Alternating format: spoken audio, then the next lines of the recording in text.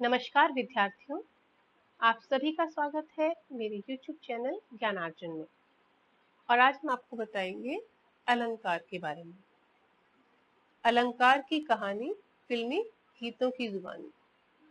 हम सभी जानते हैं कि गीत हमारे जीवन में खुशियां तो लाते ही हैं, साथ ही साथ वह हमारे तनाव को कम करने का कार्य भी करते हैं। लेकिन कभी कभी यही गीत हमारे पाठ्यक्रम का हिस्सा बनके हमारी विषय वस्तु को समझाने में भी हमारी सहायता करते हैं। इसी एक प्रयास के साथ आइए हम अपने इस पाठ का आरंभ करते हैं। सबसे पहले हम जान लेते हैं अलंकार का शाब्दिक अर्थ।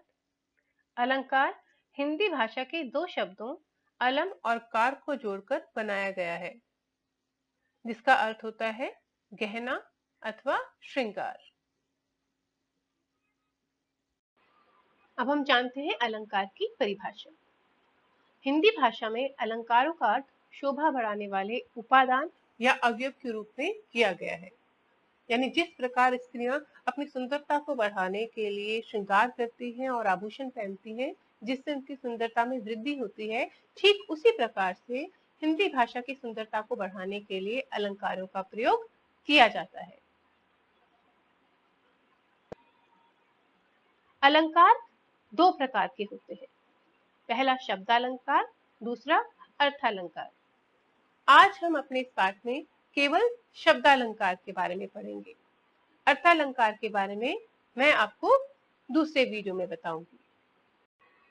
तो आइए विद्यार्थियों, अब हम आपको बताते हैं शब्दालंकार के बारे में। शब्दालंकार अर्थात काव्य में जहां शब्दों के विशिष्ट प्रयोग के द्वारा चमत्कार उत्पन्न किया जाता है, वहां शब्दालंकार होता है। अर्थात कुछ ऐसे शब्दों का प्रयोग कर हम अपने काव्य को और सुंदर बनाने का प्रयास करते हैं, उसकी शोभा को बढ़ाने का प्रयास करते हैं, तो वहां पर शब्दालंकार होता है। शब्दालंकार तीन प्रकार के होते हैं। पहला अनुप्रास अलंकार, दूसरा यमक अलंकार और तीसरा श्लेष अलंकार। अब हम आगे इनको विस्तार से पढ़ेंगे। तो सबसे पहले हम जानते हैं अनुप्रास अलंकार के बारे में। अनुप्रास अलंकार, जब किसी कविता में एक वर्ण की आवृत्ति बार बार होती है या समान वर्ण बार बार आते हैं, तो वहां अनुप्रास अलंकार होता है। अर्थात किसी काव्य पंक्ति में एक ही अक्षर यदि दो या दो से अधिक बार आता है, तो वह अनुप्रास अलंकार को दर्शाता है।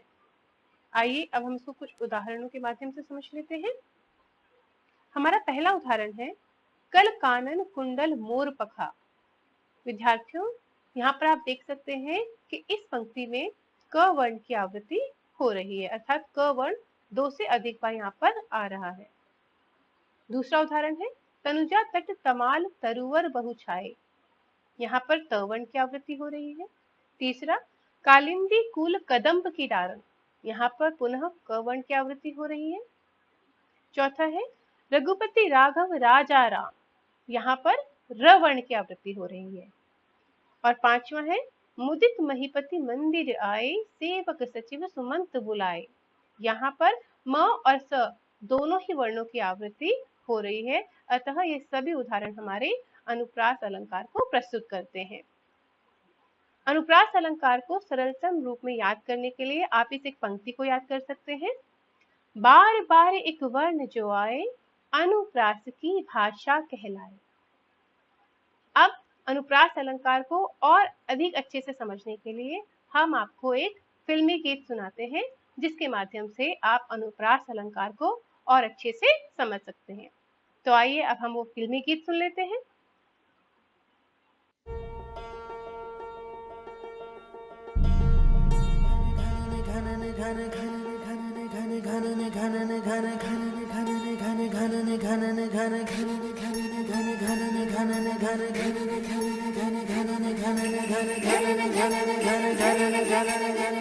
घन घन गिर गिर आए बदरा, घन घन घोर कार छाए बदरा, धमक धमक गूंजे बदरा के डंके, चमक चमक देखो बिजुलियां चमके। मन धड़काए बदरवा, मन धड़काए बदरवा, मन धड़काए बदरवा।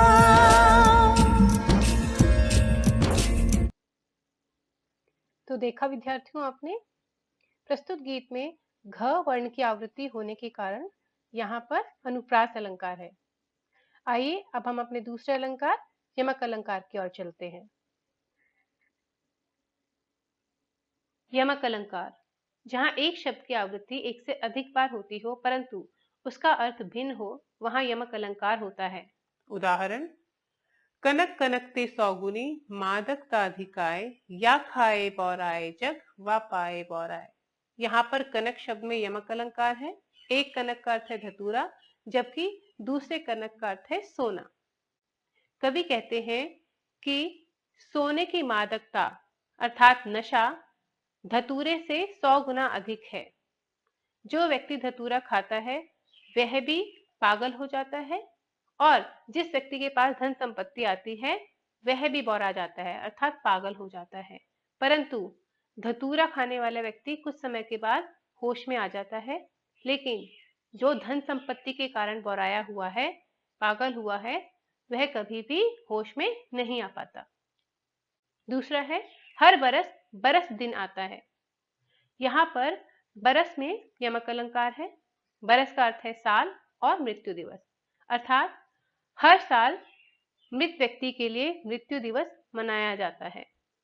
काली घटा का घमंड घटा, यहाँ पर घटा शब्द में यमक अलंकार है, जिसका अर्थ है बादल या घटना। काले बादलों का घमंड घटा।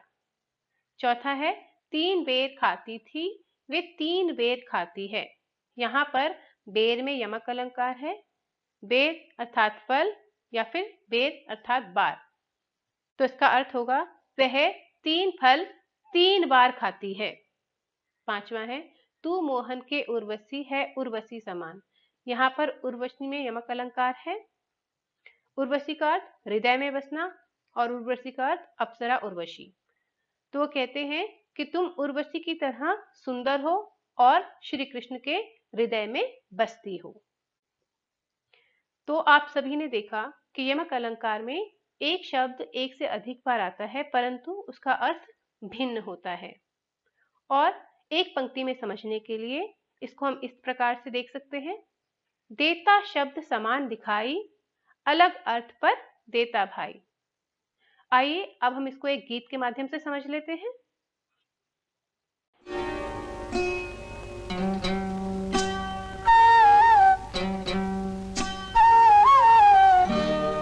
रहना बीती जाए, शाम न आए, रहना बीती जाए, शाम न आए, निंदिया न आए, निंदिया न आए, रहना बीती जाए, शाम न आए, रहना बीती जाए। शाम को भूला, शाम का वादा रे, शाम को भूला, शाम का वादा, संग दिए जागे राधा, निंदिया न आए, निंदिया न आए, रहना बीती जाए, शाम न आए, रहना बीती। तो देखा विद्यार्थियों आपने, प्रस्तुत गीत में श्याम शब्द की पुनरावृत्ति हुई है। एक शाम का अर्थ है श्री कृष्ण और दूसरा है शाम का समय। श्री कृष्ण ने राधा से शाम को मिलने का वादा किया था परंतु वह नहीं आए। आइए अब हम अपने अगले अलंकार श्लेष अलंकार की ओर चलते हैं। श्लेष अलंकार, जहां किसी एक ही शब्द में एक से अधिक अर्थ चिपके हों, अर्थात जब कोई एक शब्द एक से अधिक अर्थ व्यक्त करता हो तो वह श्लेष अलंकार है। उदाहरण के लिए पहला है, रहीमन पानी राखिए, बिन पानी सब सून, पानी गए न उबरे, मोती मानुष चून। यहाँ पर पानी शब्द में श्लेष अलंकार है। मोती में पानी का अर्थ चमक से है, मनुष्य में इज्जत से और चून में जल से। कवि कहना चाहते हैं कि मोती की चमक मनुष्य की इज्जत और आटे का जल ही उसे उबारने में मदद करता है। दूसरा है, सुबरन को ढूंढत फिरत, कभी व्यभिचारी चोर। यहाँ पर सुवर्ण में श्लेष अलंकार है। कवि के लिए इसका अर्थ सुंदर अक्षरों से है, व्यभिचारी के लिए सुंदर वर्ण से और चोर के लिए सोना अर्थात धन संपत्ति से। कवि सदैव सुंदर अक्षरों की तलाश में रहता है, उन्हें ढूंढता रहता है। व्यभिचारी व्यक्ति जो है वह सुंदर वर्ण की तलाश में रहता है और चोर सदैव सोने या धन संपत्ति की तलाश में रहता है। अब तीसरा है, मंगत को देखी पट देत बार बार है। यहाँ पर पट शब्द में श्लेष अलंकार है। इसके दो अर्थ हैं, वस्त्र या दरवाजा। तो इसका अर्थ इस प्रकार है कि वह भिखारी को देख करके बार बार उसे वस्त्र देती है या फिर वह भिखारी को देखकर बार बार दरवाजा बंद कर लेती है। तो इस तरह से हम देख सकते हैं कि जब किसी एक शब्द में बहुत सारे अर्थ चिपके हुए होते हैं तो वहां श्लेष अलंकार होता है। एक पंक्ति में शब्द एक है पर अर्थ अनेक। आइए अब हम इसको एक गीत के माध्यम से और विस्तार से समझते हैं। हाँ, जाके बाबुल से नजरे मिलाऊं, कैसे घर जाऊं, कैसे लागा चुनरी में दाग। कोरी चुनरिया आत्मा मोरी, मैल है माया जाल। कोरी चुनरिया आत्मा मोरी, मैल है माया जाल। वो दुनिया मोरे बाबुल का घर, ये दुनिया ससुराल। हाँ, जाके बाबुल से नजरे मिलाऊं, कैसे घर जाऊं, कैसे लागा चुनरी में दाग छुपाऊं, कैसे लागा चुनरी में दाग छुपाऊं, कैसे लागा चुनरी में दाग। विद्यार्थियों, प्रस्तुत पंक्ति में श्लेष अलंकार है। यहाँ चुनरी का अर्थ लज्जावस्त्र या आत्मा से है, दाग का अर्थ धब्बा और कलंक से है, बाबुल का अर्थ पिता परमात्मा से है और घर का अर्थ इहलोक और परलोक से है। यह एक पंक्ति दो भिन्न अर्थ प्रस्तुत करती है। जहाँ पर एक लड़की अपनी चुनरी पर यानी अपने चरित्र पर दाग लगने के कारण अपने घर जाकर अपने पिता से नयन नहीं मिला सकती, वहीं पर यदि हमारी आत्मा दूषित और कलंकित हो जाए तो हम ईश्वर के घर जाकर के उनसे नयन नहीं मिला सकते, परमात्मा से नयन नहीं मिला सकते।